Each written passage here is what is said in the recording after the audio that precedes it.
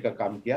अच्छा रात दिन स्वतंत्र जी, हॉस्पिटल एक सवाल और उठता है बीच में। आपकी पार्टी के भीतर से और बाहर से दोनों जगह से बहुत सारी अटकलें आती थी, बहुत सारी कानाफूसी होती थी कि भाई किसके नेतृत्व में, चेहरा कौन, चेहरा कौन। अभी जब अमित शाह जी आए तो उन्होंने मंच से घोषणा की कि भाई 22 में योगी जी को मुख्यमंत्री बनाने के लिए चुनाव लड़ेगी भाजपा। अब वो मसला समाप्त हो गया, माना जाए धुंध समाप्त, कोई भ्रम नहीं। देखिए ये पहले से तय है जी और आदरणीय योगी जी के ही नेतृत्व में चुनाव होगा, ये पहले से भी तय है। जी और उनकी ईमानदारी, उनकी परिश्रम की पराकाष्ठा और एक तनक उनकी लोकप्रियता और उनके कारण आज राज्य खुशहाल है। आज गुंडे, बड़े बड़े गुंडे पानी मांग रहे हैं जी और एक तरह का राज्य सुरक्षित है और राज्य में के अंदर विकास हो रहा है और सभी आम जनता खुशहाल है और सभी गरीबों का काम हो रहा है।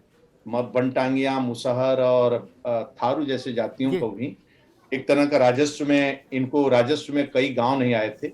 आदरणीय योगी सरकार आने के बाद राजस्व गांव में हुआ, इनको पूरी सुविधाओं का लाभ भी उनको मिल रहा है। जी आज प्रधानमंत्री आवास से लेकर सभी आवास इनको मिल रहे हैं, शहर में भी बाहर। सबसे बड़ी बात है आदरणीय समानता महोत्तरी जी, जी सबसे बड़ी बात है कानून का शासन होना चाहिए।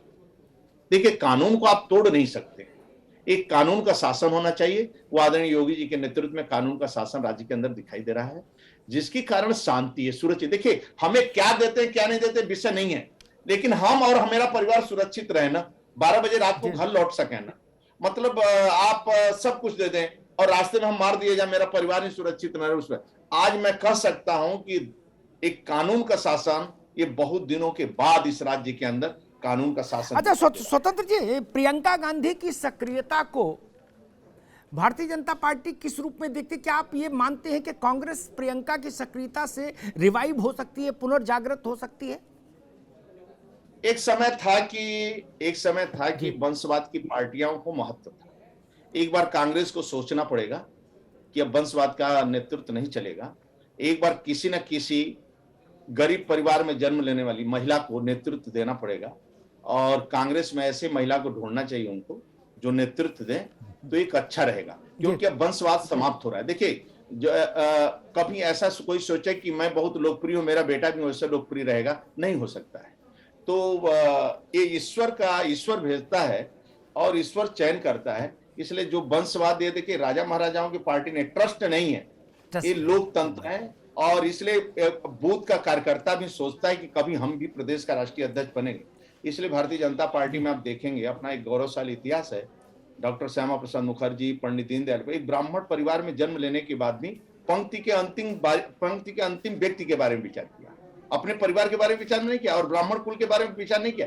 पंक्ति के अंतिम व्यक्ति को, दलित, शोषित, वंचित को सम्मान मिले और घर मिले।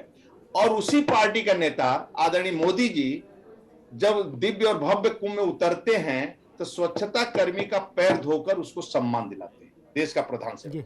और पंक्ति के अंतिम व्यक्ति को यानी सब सुविधा, पक्का मकान, बिजली का कनेक्शन, गैस का कनेक्शन, सौभाग्य योजना, आयुष्मान का 5 लाख का कार्ड, उसको सब देते हैं। अच्छा स्वतंत्र देव जी, एक सवाल और जहन में आ गया अचानक से। ओम प्रकाश राजभर आपके यहाँ सुबह सुबह आए थे, एक बार जलेबी खाए, कचौड़ी खाए और ऐसा लगा कि शायद भाजपा से बात बन जाएगी, वो फिर उधर चले गए सपा के साथ। राजनीतिक दल में मिलना जुलना अपने जगह है, लेकिन आप अपने विचारधारा के लिए मरना जीना चाहिए, विचारधारा होना चाहिए।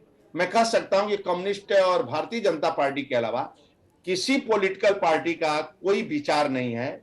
आज कोई ये लोगों का, चाहे कांग्रेस हो, चाहे सपा हो, चाहे बसपा हो, कोई विचार नहीं है। विचार रहेगा तो संविधान का शासन होगा और कानून का शासन होगा। ये लोगों के आने के बाद सब व्यवस्था ध्वस्त हो जाता है, स्वयं इनके व्यक्तिगत एजेंडे पर चलता है। इसलिए राज्य चौपट हो जाएगा, प्रदेश चौपट हो जाएगा। राजभर से कुछ बातचीत हुई थी क्या फिर? ये लोगों से संबंध रखना भी गलत है। संबंध मतलब जब भारतीय जनता पार्टी में आने से ही एक कद बढ़ता है। और भारतीय जनता पार्टी आने से क्या है, आज सपा का आप शासन देख रहे हैं। सपा का भी एक कार्यकर्ता भी नहीं सोचता है कि मैं कभी जीवन में हम क्या नेता बन सकता हूं क्या।